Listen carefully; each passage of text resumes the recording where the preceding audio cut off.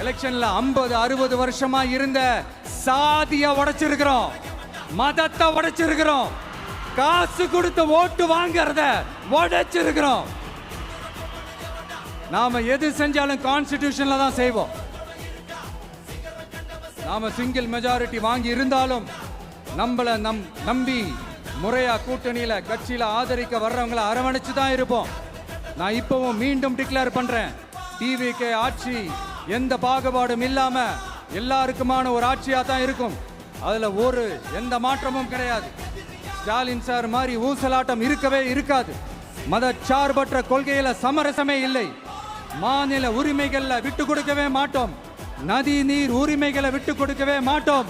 சமூக நீதி, சம நீதிய, சமத்துவ நீதிய ஒரு நாளும் விட்டு கொடுக்கவே மாட்டோம்.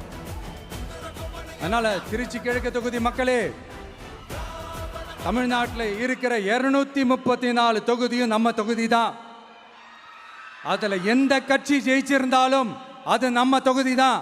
பெரம்பூரா இருக்கட்டும், திருச்சி கிழக்கா இருக்கட்டும், எனக்கு 2 கண்கள் மாதிரி.